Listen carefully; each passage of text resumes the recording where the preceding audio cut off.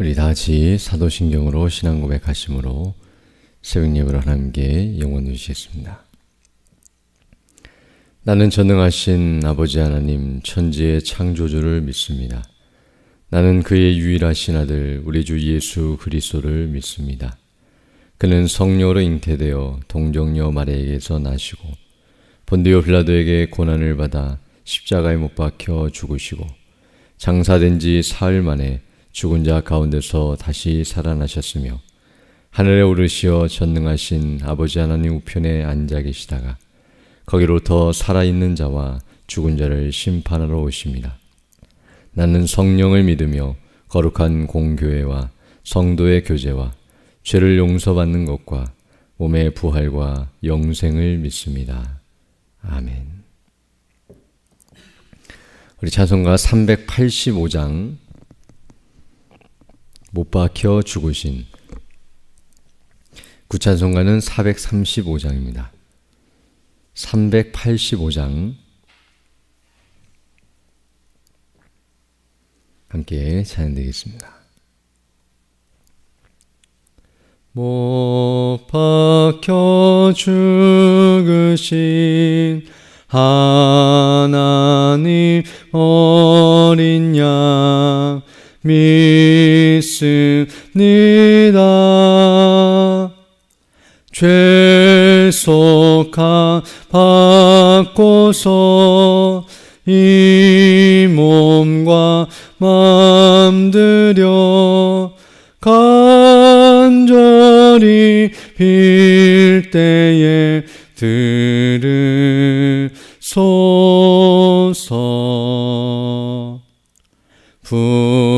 풍성한 은혜로 약한 맘 도우사 열심 주고 날 대속했으니 주 사랑하는 맘 불같이 뜨겁게 하옵소서.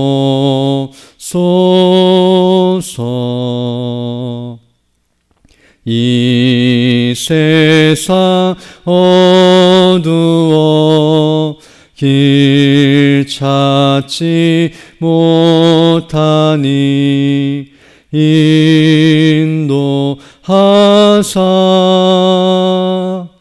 내 슬픈 눈물을 다시 써주시고 그 밝은 빛으로 이끌소서. 내 생명 꿈같이 이 세상 떠날 때 부르시고 사랑을 베푸사 평안케 하시며 영생을 누리게 하옵소서.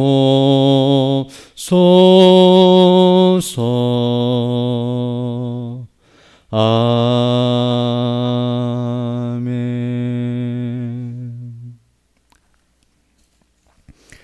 하나님 말씀은 마가복음 1장 29절로 34절 말씀입니다.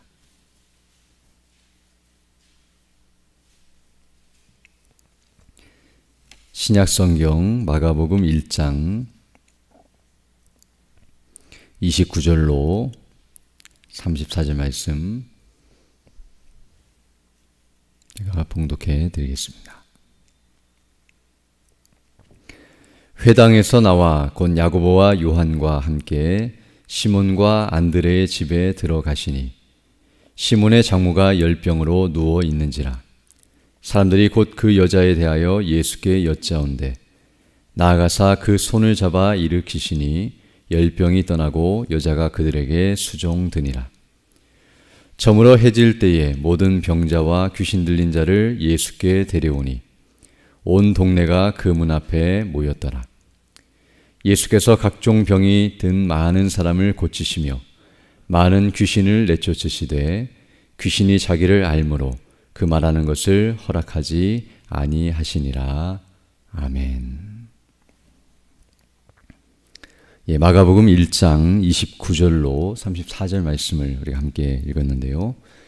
오늘 본문 말씀은 예수님께서 병든 자와 그리고 귀신 들린 자들을 고쳐주시고 계시는 모습을 우리에게 증거해주고 있습니다. 먼저 29절로 31절을 보게 되면 예수님께서 시몬 곧 베드로의 집에 가셔서 그의 장모의 열병을 고쳐주시고 계신 모습이 나오고 있습니다. 29절부터 보게 되면 회당에서 나와 곧 야고보와 요한과 함께 시몬과 안드레의 집에 들어가시니 시몬의 장모가 열병으로 누워 있는지라 사람들이 곧 그 여자에 대하여 예수께 여짜온대 나아가사 그 손을 잡아 일으키시니 열병이 떠나고 여자가 그들에게 수종드니라 라고 말씀해주고 있습니다. 오늘 여기 본문을 보게 되면 이제 그 앞절에서 우리가 살펴본 것처럼 예수께서 회당에 안식일에 회당에 가셔서 그곳에서 말씀을 증거하시고 그곳에 있었던 귀신 들린 자를 고쳐주시는 모습이 나타났는데요.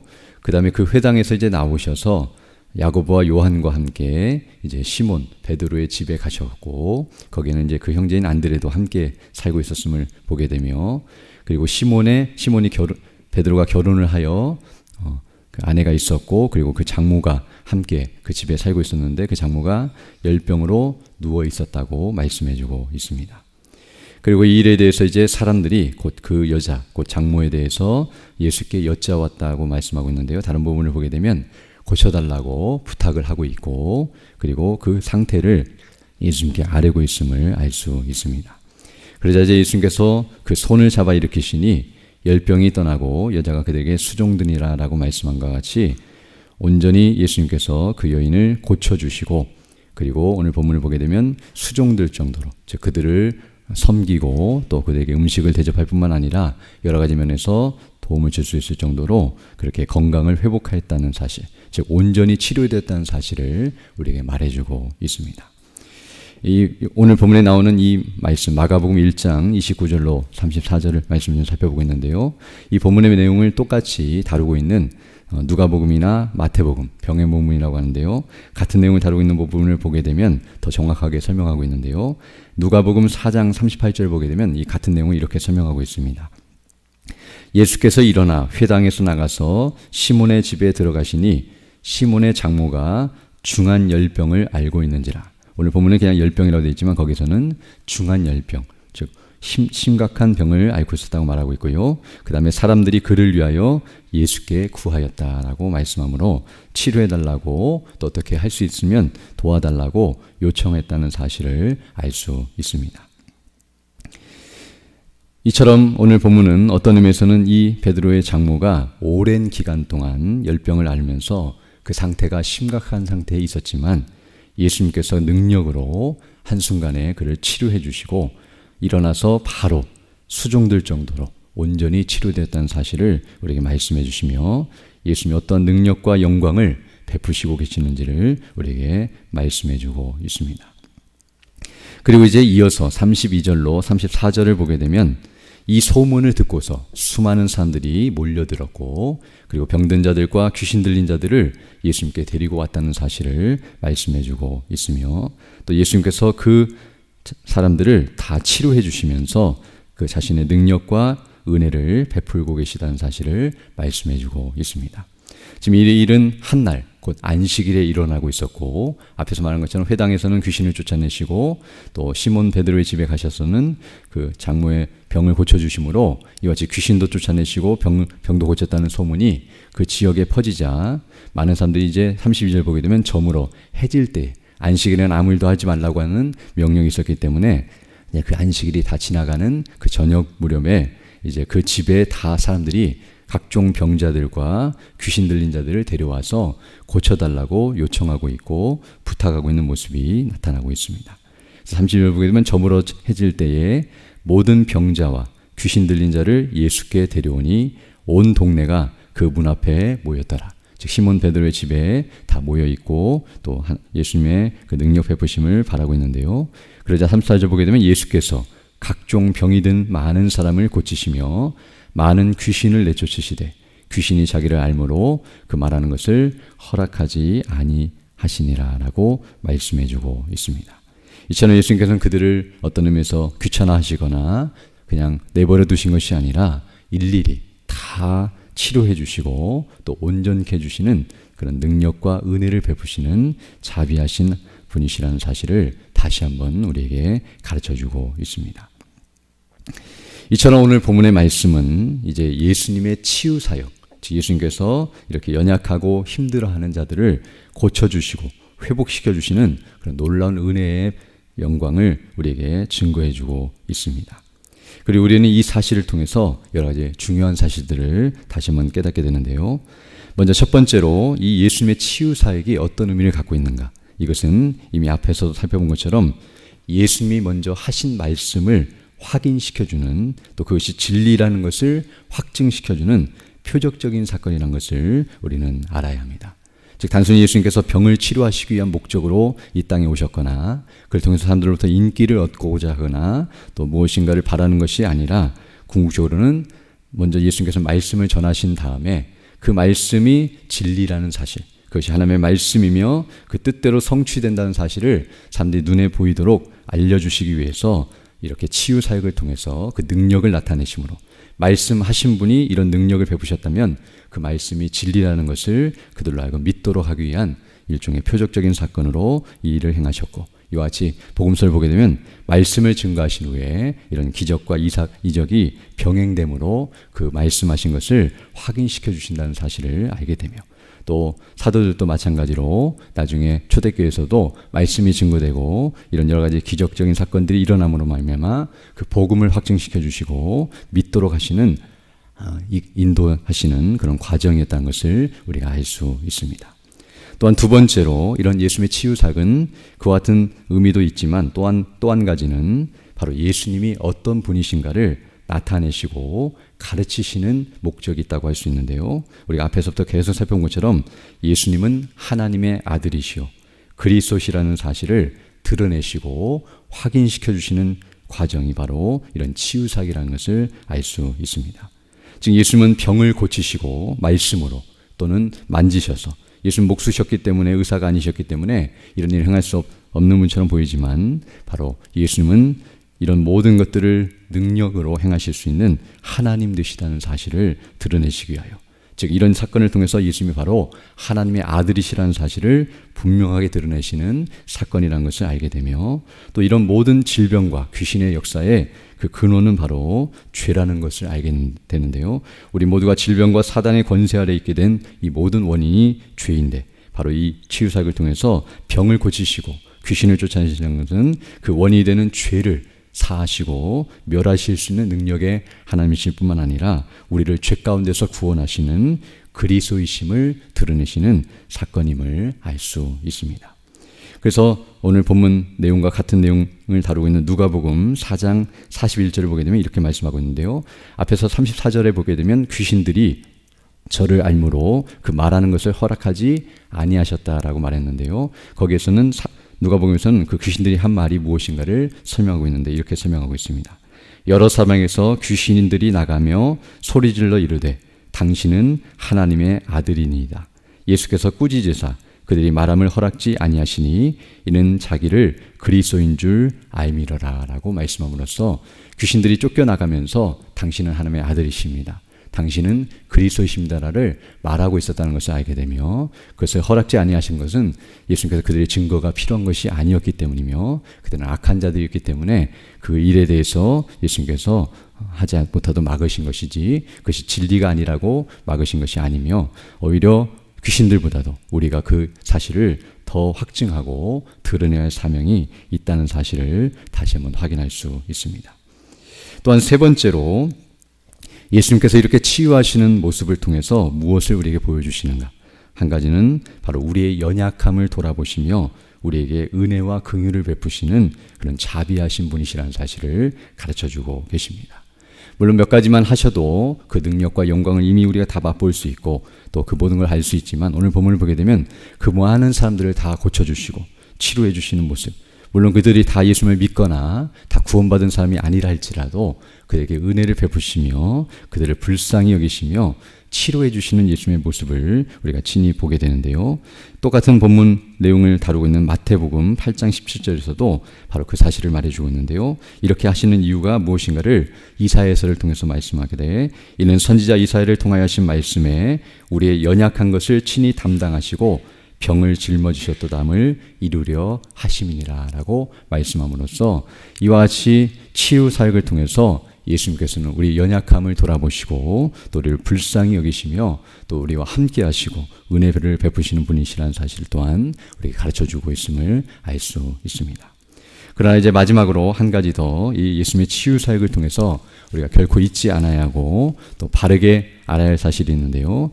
이것은 바로 단순히 육신적인 질병이나 세상적인 어려움을 예수님께 토로하고 예수님께서 그런 것들을 우리에게 치료해 주시거나 해결해 주시려고 오신 것이 아니라, 이런 모습을 통해서 궁극적으로는 영적인 질병, 죄와 사망, 곧 사단의 권세 아래서 고통당하고 있는 그 비참 가운데서 우리를 구원하러 오신 분이라는 것을 우리가 알고, 우리는 도리어 이와 같이 병든 자나 귀신 들린 자들 데리고 가는 것보다는 정말 영적으로 죽어있는 자들, 또 병들어 있는 자들, 정말 사단의 권세 아래서 신음하고 있는 죄인들, 곧 그리스도를 통해서 구원받아야 할 자들을 그리스도께로 데리고 가고, 또 그런 자들이 주님께 나아가서 자신의 그 영적인 질병을 치료해달라고 간구해야 하며, 거기서 벗어나는 것이 자신의 육체적인 질병을 치료받는 것보다도 더 영광스럽고 놀랐다는 것을 우리가 알게 되며, 단순히 육체적인 문제가 해결됐어도 구원받지 못한다면 비참한 인생이지만, 그러나 구원을 받는다면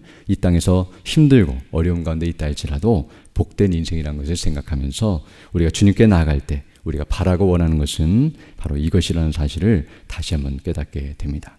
그러므로 다시 한번 우리는 이 말씀을 통하여 예수님께서 하나님의 아들이시오 그리스도이심을 믿고 우리를 죄에서 구원하실 능력과 은혜가 풍성하신 주님이시라는 사실, 그분 우리를 능히 죄에서 구원하실 능력이 있으실 뿐만 아니라 그렇게 해주실 마음까지 있으신 주님이시라는 사실을 기억하면서 그분께 나아가 온전히 치료함을 받고 회복되어서, 그 장모의 베드로의 장모가 치료받고 나서 바로 섬기며 수종을 들었던 것처럼 우리도 이와 같이 온전히 회복되어서 주의 나라와 영광을 위해 헌신하며 또 주의 교회를 섬기고 성도들을 섬기면서 맡기신 소명을 감당하며 나아가는 우리 모두 되기를 간절히 소망합니다. 함께 기도드리겠습니다.